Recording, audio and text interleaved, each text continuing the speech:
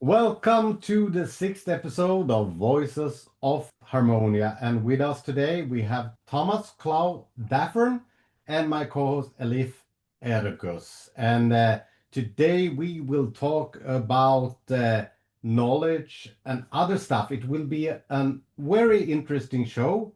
Let me first introduce Thomas. According to a short summarization, Thomas is a philosopher in my mind, yeah, and he has made something very great.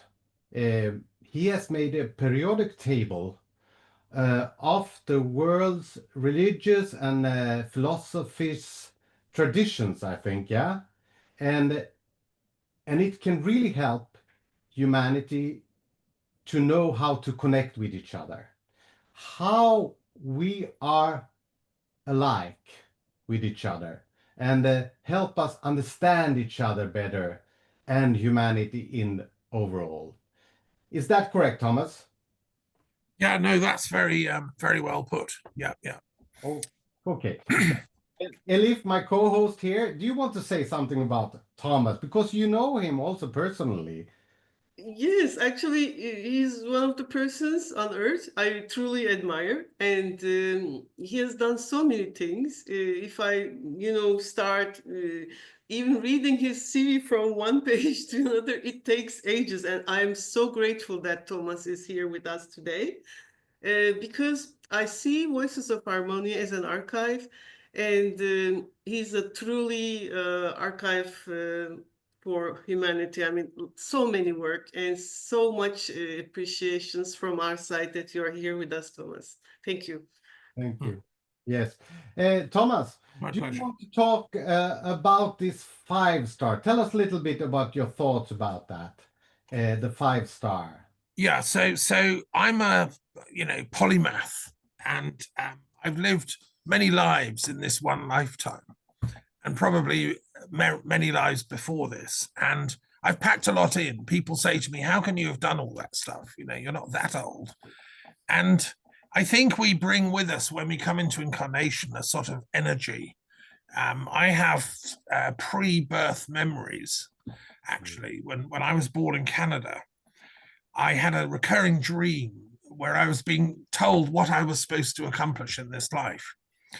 And I would have that dream regularly, and during my first years of when I was a baby and a child. So I think I think we all do, but we don't always remember that. I've made it my business to remember that stuff.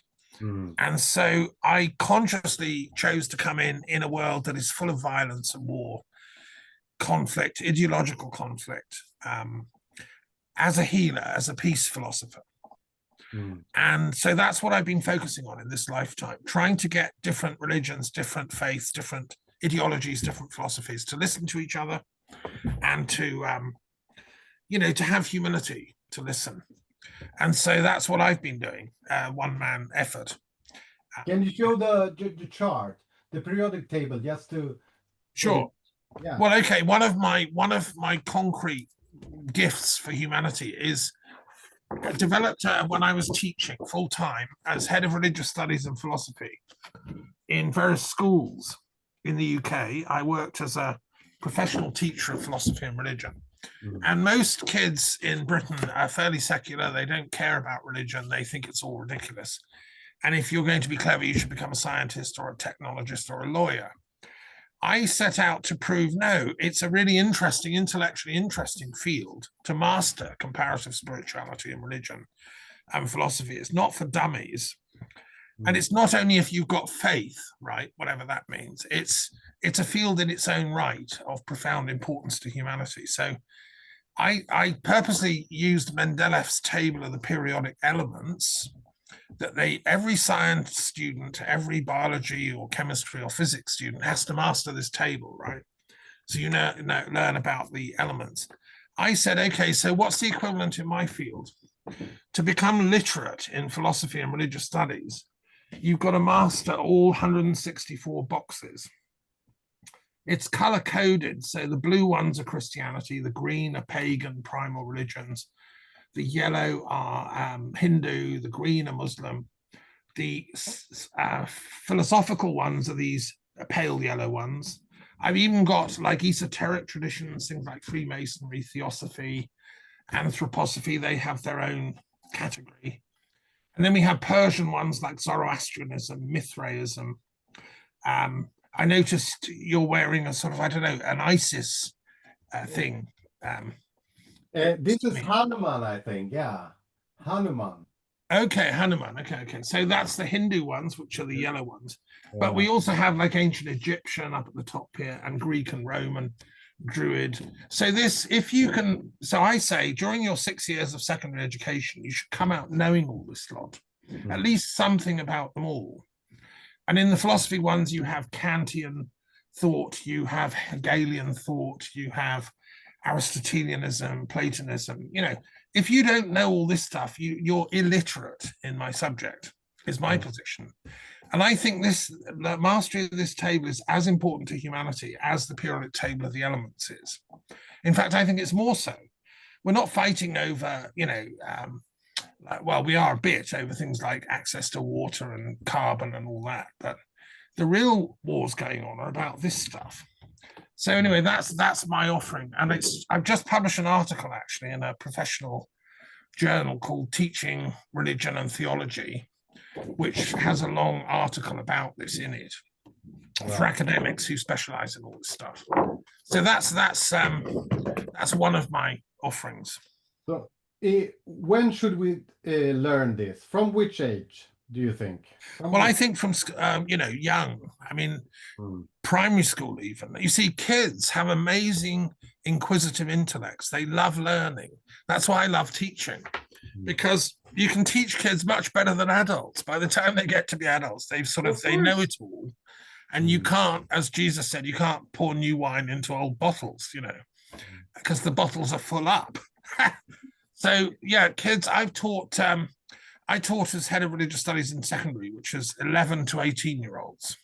They loved this because they got it, But I've also taught even younger kids, primary school age. I've got 3 daughters of my own, and so I've trialed stuff with them, and they loved it too. So I think the future of humanity lies with our children, and with getting what I'm trying to do is get this in every school in the world. So in every school has a humanities department. Most have some kind of philosophy and religious studies. This should be on the wall in a blown up poster size. It's available. And if there's any teachers listening to this call, please, contact me and we'll get you a poster, because the kids love it. Yeah. That's why I asked, because I think so myself, that we should teach this existentialism early in age, and maybe do that in a way that children can use art, making films, or music about it, or have not just read, but listen to music and make music. Yeah, there's different ways how to and something very important is a school child can see the whole universe of all faiths, all perspectives, so that they don't blackmail or mobbing of a newcomer who is from another ethnic origin or another religion. So it is good to reconcile the differences, if you ask me.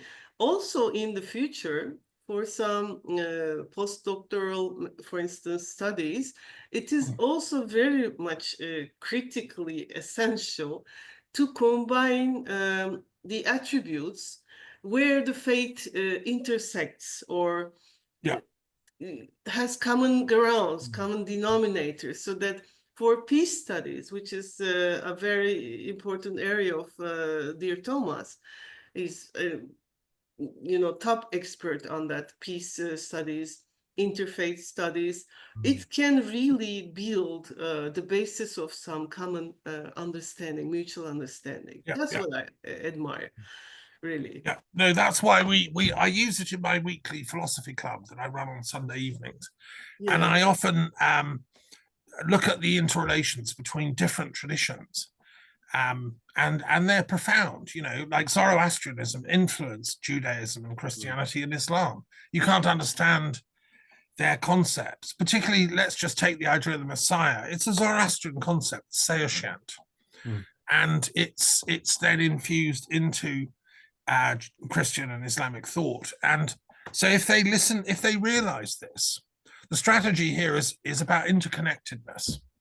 If intellectuals and thinkers and theologians in all these traditions realize their interconnectedness, then the excuse for wars and violence and othering, we hate the other, just falls away, because we are the other.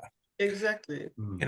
And so, I mean, in Buddhism, by the way, Buddhism is these sort of reddish ones here. In Huayan Buddhism, they talk about this, the interconnectedness of all phenomena. Indra's net. Every particle of existence is interconnected with every other particle. That's the reality that physics now has found out. Meditators discovered this, over 2,000 years ago. Yeah. But finally, physics and science is catching up. So what's the implications of that for the study of ideas? And why did Taoist sages in China pick up on the same ideas that Druids were picking up in Britain around about the same time, for instance? That's what fascinates me. And that's what my PhD, yeah. Sorry. Is it quantum entanglement? Quite, absolutely. There's a mental entanglement, which is which is what I study. In my PhD, I proposed as a historian the idea of transpersonal history. So transpersonal psychology looks at the higher altruistic bands of human nature, as Maslow and Ken Wilber and people have talked about. We have to get to a higher level of enlightenment. So, all these philosophies are strategies towards enlightenment. So what I've said is, let's study this as historians. Let's invent a new discipline called transpersonal history, which then goes back over human history. And instead of repeating the history of the wars and the failures and the racism and all that, we can talk about the geniuses, the savants, the hidden masters of history who were working for universality and peace all along. They've been there. Alice Bailey calls them the hidden hierarchy. They exist in all the traditions. In Sufism, in Rumi's poetry is full of them. He met one of these masters, Shamsi Tabriz, from Persia. So my idea is, let's study them, get the good news of history out, and then we can reclaim our birthright of enlightenment as a planet. And these wars that are going on can just fade away. They're just like a ridiculous dream, nightmare. Is it syncretism we are talking about also? Like understanding there's metaphorical descriptions of different gods, but they might be same gods. So it has been, this teaching here, but now is the time to understand how it all could be connected in a overall unified way. Is that correct? Yes. I mean, the word syncretism is disliked by certain right-wing religious intellectuals who are very much keen to preserve their own turf. And if you use that word, you get thrown out of high-level meetings. And in honor of the Pope just dying, let's just acknowledge that I went to an amazing interfaith conference at the Vatican back in the 90s, meeting cardinals and bishops. So I was Secretary General of the World Conference on Religion and Peace. And, I do believe that there's a higher meta-synthesis. I prefer the word synthesis to syncretism, because as a good Hegelian, I believe that the Geist, the spirit, works through the transformations of time to bring about synthesis between what used to look like rivals or opposites. Because they're all manifestations of each other, history itself is moving in the direction of love, which, as Hegel said, is the dynamic force behind the Geist. And it's trying to create love between all these different factions. I want to live in a world where Palestinians remember they love Israelis and vice versa, or Christians remember they love Muslims, and so on and so on. I know that's possible theoretically because I've studied the source texts and I'm doing commentaries on them all. I've done a huge commentary on the Quran that took 10 years. Yeah. Line by line, detailed, going into the core meanings of the words and reclaiming the Quran as a peace text. It's been totally misunderstood and misapplied and misused. It's been weaponized. It's actually a fantastic text about peace and the surrender of the ego to the absolute. And that's what my commentary is, talks about. I'm just about to publish a commentary on the Gospel of St. Matthew, which is a core Christian text. Wow. Same thing. People have misunderstood what Christ was saying for centuries. Exactly. Turned it into a sort of religious cult. No, Jesus was a fantastic, inspired rabbi who wanted everyone to get on and love each other, So my job as a scholar is to bring out that core, those core teachings which are universal to all the faiths. And then, it's my present is to mirror that back through my educational work. So thank you very much, Thomas. That's why you are here also, because in Voices of Harmonia, we are bridging worlds. We are unifying the world.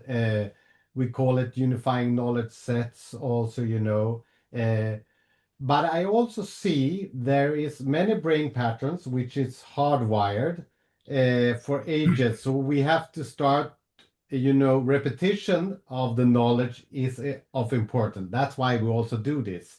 And thank you very much for being here, because what you're talking about is a core thing for the world. And if you see all the episodes, you can see a red thread through all the episodes, and it's going this way. Yes.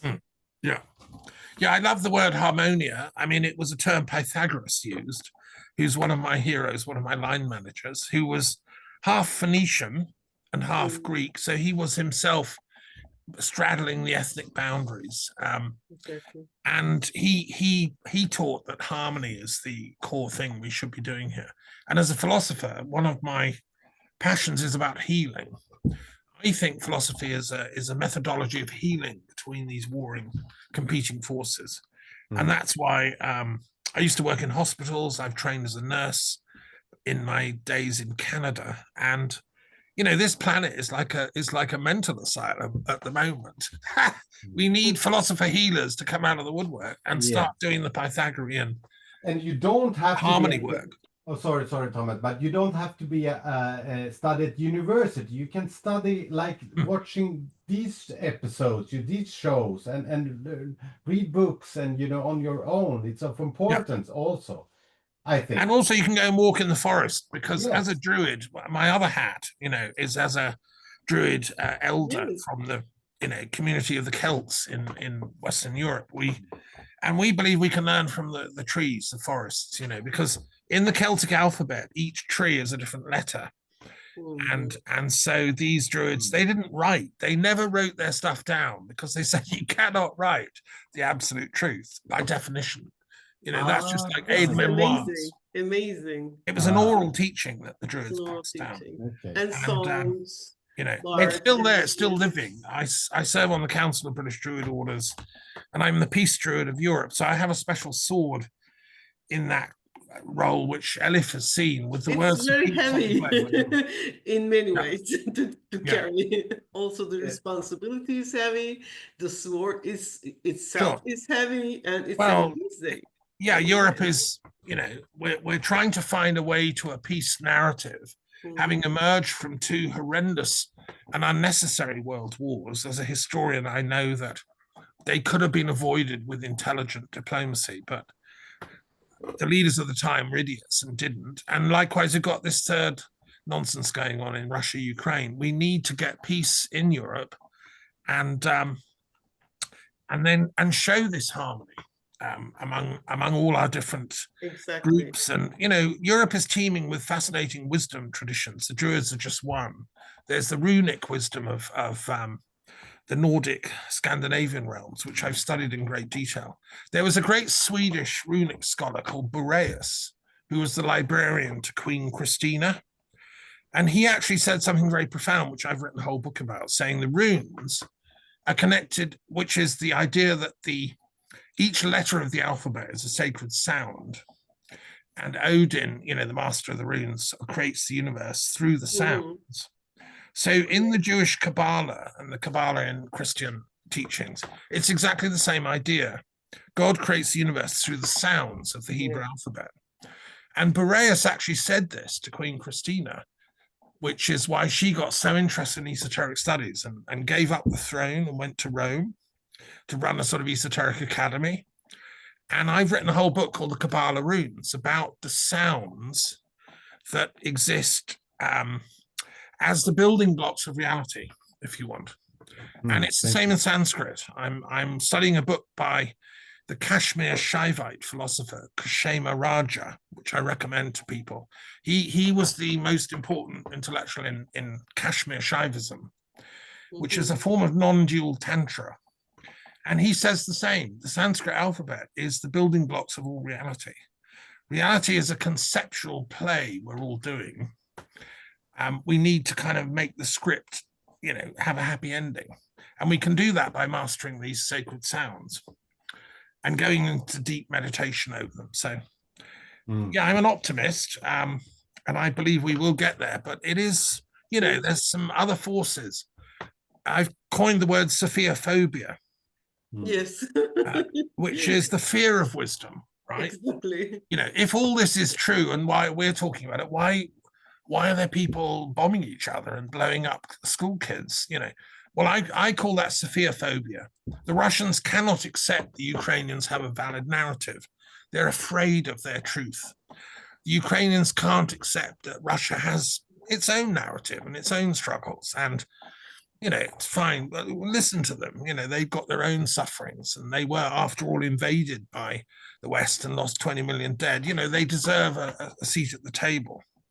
But no, we're all Sophia-phobic, and that's what Israel does to the Palestinians. They cannot accept the wisdom of the other, and that's Sophia-phobia. And Hamas couldn't accept the wisdom of Israel, so they go out and try and attack them all. So that's my kind of metaphysical analysis of where we need to go.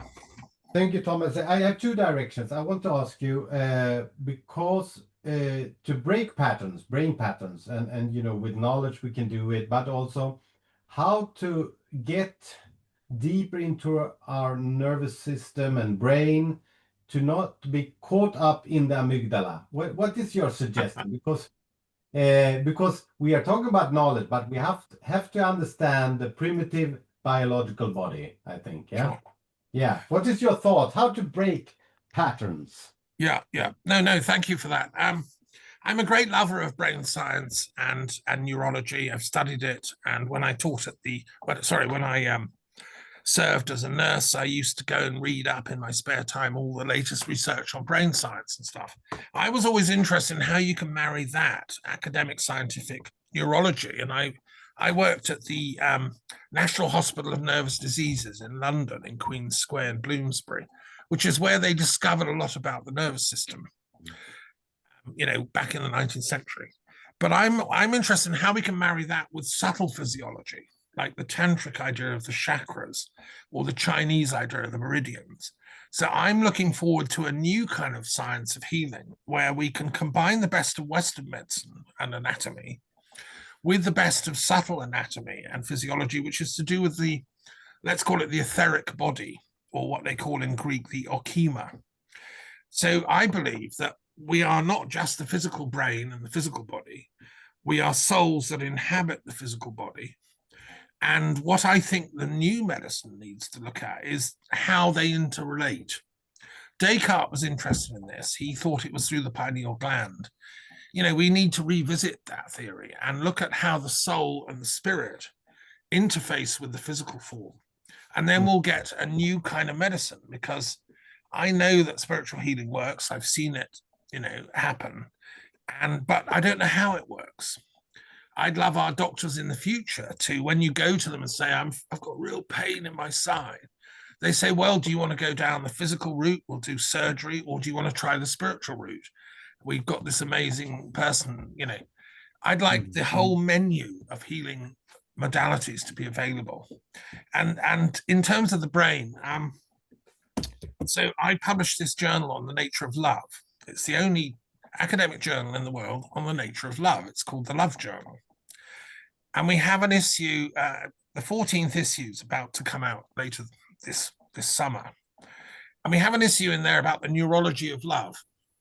a professor of neurology, Indian, but she's working in Dubai, did a very interesting study of what happens in the brain when you fall in love, and what are the chemicals, what are the hormones, what goes on in the brain.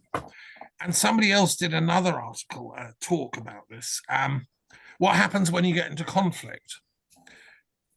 The opposite of love, And yes, the amygdala is critical there. But what has got to happen is the higher brain, the cerebral cortex, has to somehow take control of those emotional charges the amygdala is generating. And he explained how that's done, And that's what makes us Homo sapiens, you see. We could be stuck at the level of the amygdala competitive brain, but no, we've got to evolve beyond that. And that's why in all the literature, say in the Kabbalah, they talk about the highest Sephiroth is Keter, which is the crown. And in the same in the tantric system, it's the Sahasra chakra is the place of enlightenment, which is what we should all be, awakening. So yes, I love the body. We should all enjoy and explore it, but then use it to its highest potential, and on each other. Thank you very much. I will let in Elif a little bit there. Can you share something about to complement Thomas in this? What is your thoughts about using the body to its highest potential, as Thomas said?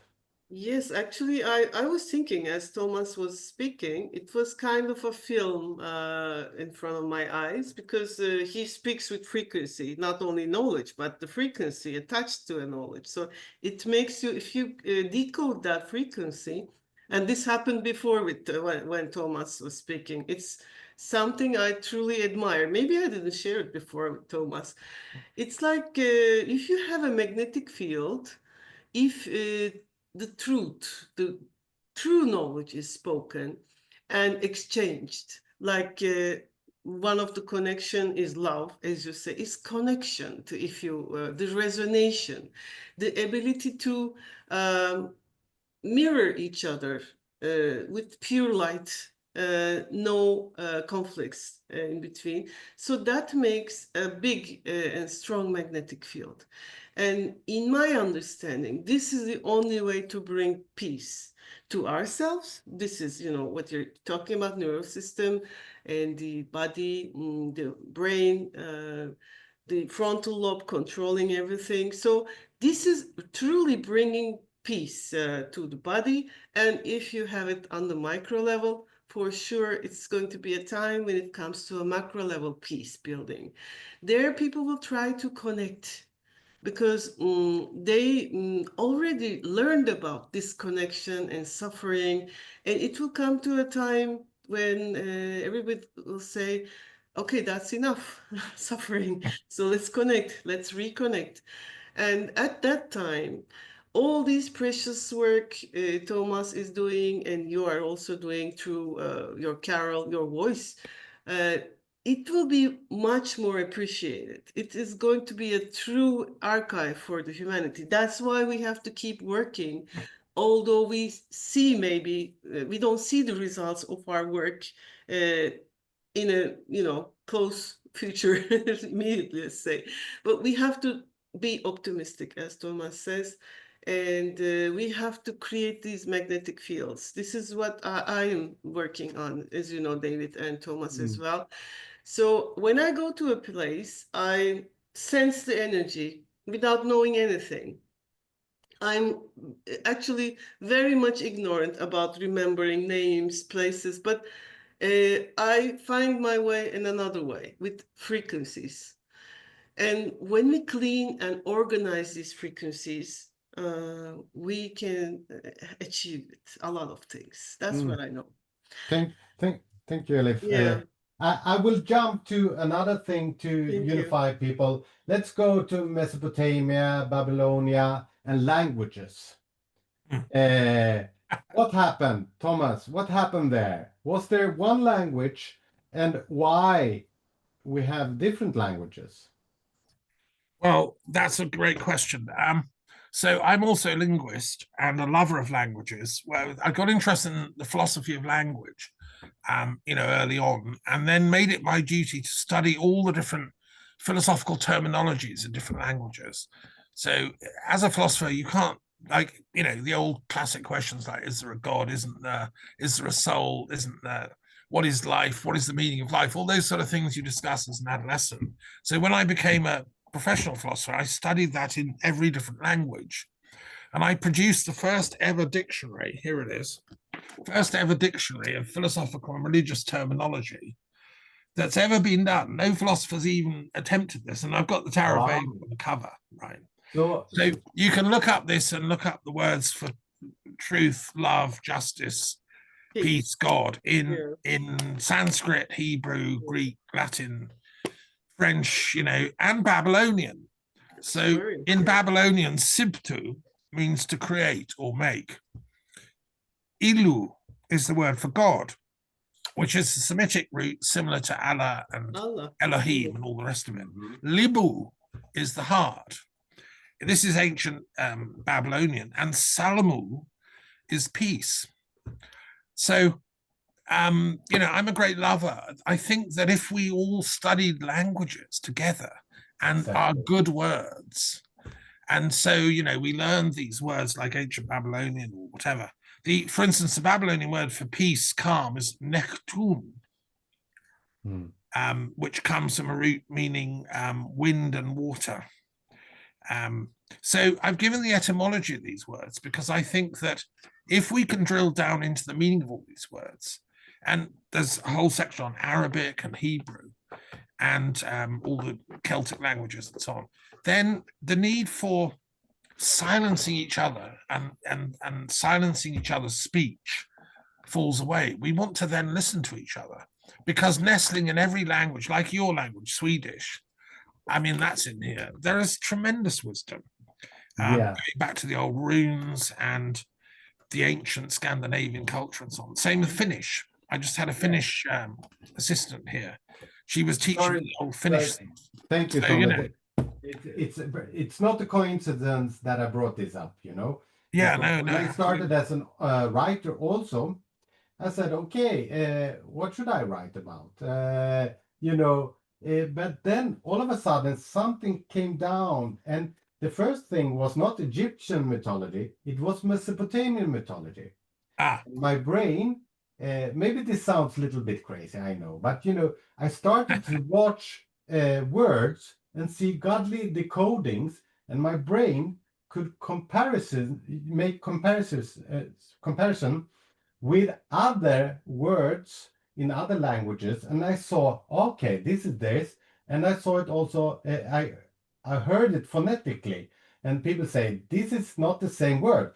Yes, it's the same word. It's just a little bit of, if you say it phonetically, it is actually the same frequency. Now that goes back to Elif's point about frequency. Yes. Yeah. So I want to share two things. One is in the Sumerian entries in this book, I discovered that there are linguists out there that say Sumerian is close to ancient Turkish. There's some people that have correlated Old Turkish with Old Sumerian, because Sumerian at the moment is like, it's on its own. Nobody quite knows. It's not an Indo-European language. It's not a Semitic one. Wouldn't it be interesting if it turns out to be a sort of Turkic language? That would be fun. But more also, I want to say that there's an ancient Druid legend which was written down in the 1600s, but it's an oral tradition going much, much further back, to do with the origin of Druidry. So there was a chap called Phineas Farsaith who was in the plains of Scythia, which could be anywhere in the sort of Black Sea, region. And he passed through the plain of Shinar at the time they were building Babel. This is what the legend says. And he saw this tower going up, and he knew as a wise guy that this is going to cause trouble, because they were trying to build a tower to God, and that's a stupid idea. God is everywhere, and he predicted the thing will fall apart and everyone will start talking different languages. So he created the first Druid Academy to preserve the original core universal language of all humanity, the language of the heart. And that school, that was the foundation of Druidry. And Phineas Farsaith ended up going to Egypt. His son Gael eventually, this is the legend, married a princess in Egypt, and they ended up eventually going to Spain and then coming to Ireland. And this story, this is a very ancient Irish legend or tale, but I think it tells the truth, which is that in this ancient school, the ancient wisdom schools, and not just Druid, but the Sufi, the Kabbalist, the whole lot, the runic schools, we do preserve this original language of unity, which predates the divisions of humanity into warring tribes. You know, if I sit down with a master from any of these traditions, we understand each other's languages, and that's how it should be. Yeah. So we should look at languages, make unification between languages also. Yeah. This is we suggestion. actually have a study. I just have to close. There's high energy now, so I hear my speaker is going bananas, so I have to close it. Just wait a couple. How are you going to close it? I don't know. I have a button, and now it's finished. Okay, it went crazy, you know. I don't know why, but I had to close it. High energy, high frequency. It's making a sound, just high sound now. All right. Yeah. Can I just share this book, which I wrote last year? I wanted to talk about it. Yeah, actually. the 99 Names of Peace. So this was a visionary project. I love the Sufi idea of the 99 names of God. I mean, obviously, there's an infinite number of names on all different infinite inhabited worlds. But for the sake of argument, the Muslims said, let's just say there's 99, you know. So I said, let's have 99 names of peace to cross-correlate. And what you've got in this 2-volume dictionary is you've got 99 languages. And I looked at, you know, Sumerian, ancient Babylonian, Akkadian, all the languages we've been talking about, Pali, Tibetan, etc. Yeah. And then I look at their peace words. And this was a real labor of love, the 99 names of peace. I would love that to be, you know, as well understood and researched as the concept of the 99 names of God. Because to me, peace is the core inner essence of the nature of the divine.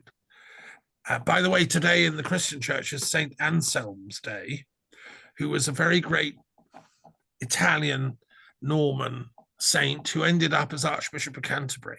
And he wrote a famous proof for the existence of God called the Ontological Argument for the Existence of God, if you study philosophy. And it's his saint's day today. So, and he's a typical sage. He spoke Italian, Latin, French, English, you know, universal thinker, and was the founder of the scholastic method in Western universities. So yes, let's have more of that. Actually, one question about this book, and you raised the issue about Sumerian and Turkish. In this book, which I had the pleasure and privilege to read before by Christmas when it was launched, one thing took my attention. It's Sumerian word for peace is more than one. Like Sanskrit is one. But Sumerian, couldn't they decide on the word for peace, or did they have too much reference for peace? That's triggered my attention. I really wanted to raise the question sometime, and maybe this is the time for that. I don't know. It's interesting.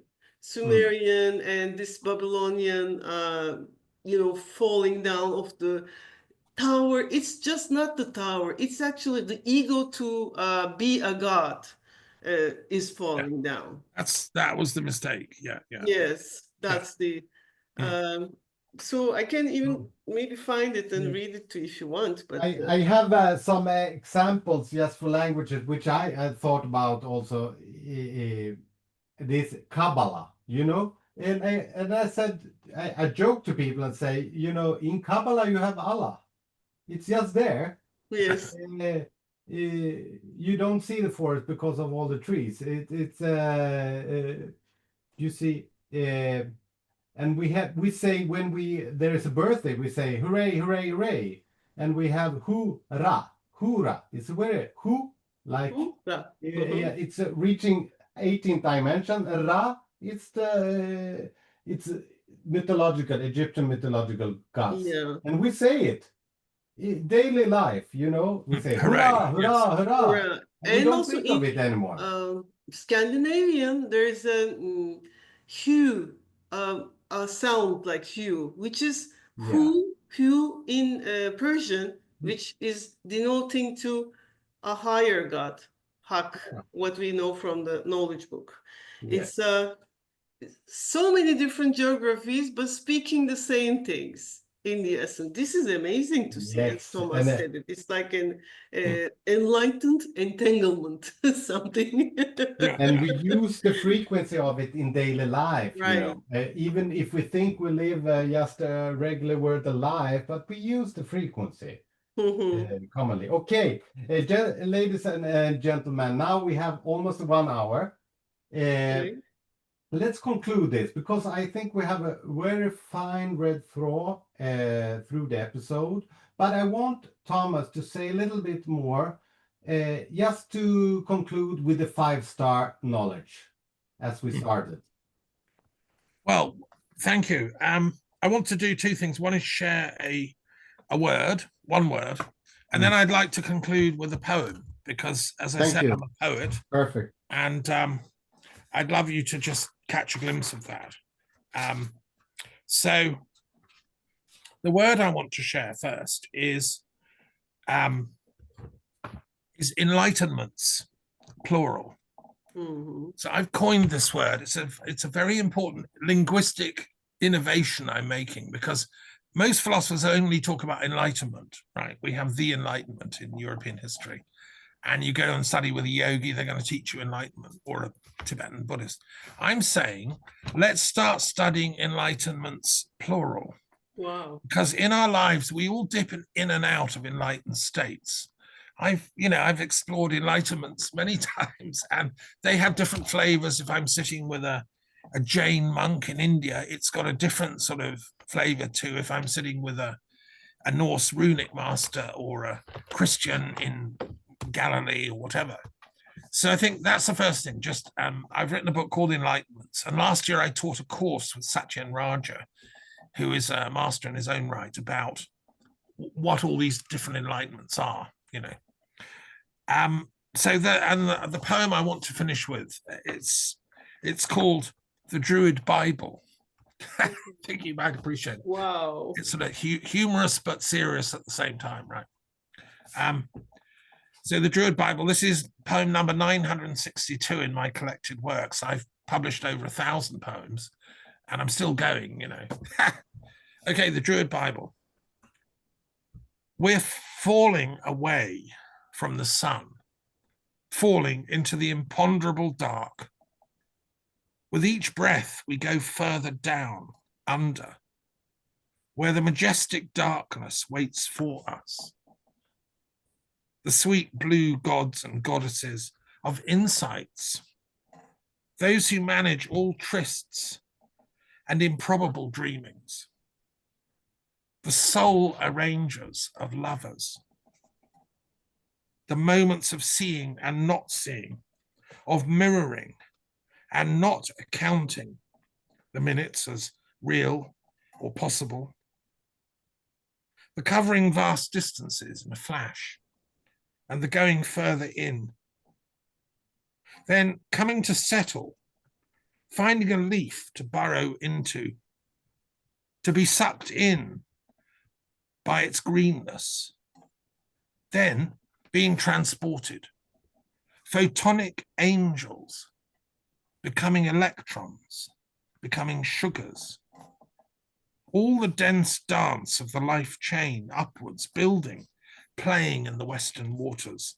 of lovers' wetness, becoming nude and recognizing each other's light flash, reading the texts that tell this story, but they're upside down, so need putting right side up. Shem Jazz's story, Lucifer's long narrative left out, Prometheus's boldness, the poetic Bible rearranged to tell it from the light's perspective, how each daimon and each angel swapped places often to get the whole thing done. This the Druids knew, chanting their praises to the sun. This old Blake could see, wandering about Peckham in a dream, and Christ in Galilee holding his Magdalene. They could see it too. Thank you. Wow. The Druid Bible.